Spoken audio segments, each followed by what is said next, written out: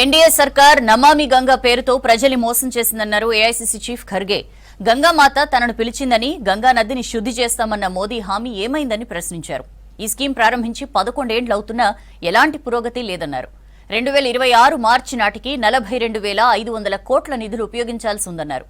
కానీ 2024 డిసెంబర్ నాటికి కేవలం 19,271 కోట్లు మాత్రమే ఖర్చు చేశారన్నారు. ఇప్పటి వరకు నమామి గంగా పథకం నిధుల్లో 55% ఖర్చు చేయలేదన్నారు. గంగా ప్రక్షాళన పట్ల బీజేపీ ప్రభుత్వ నిర్లక్ష్యానికి ఇది ఓ నిదర్శనమన్నారు. ఎన్నికలు వచ్చినప్పుడు మాత్రమే మోదీకి గంగా గుర్తొస్తుందంటూ ట్వీట్ చేశారు ఖర్గే.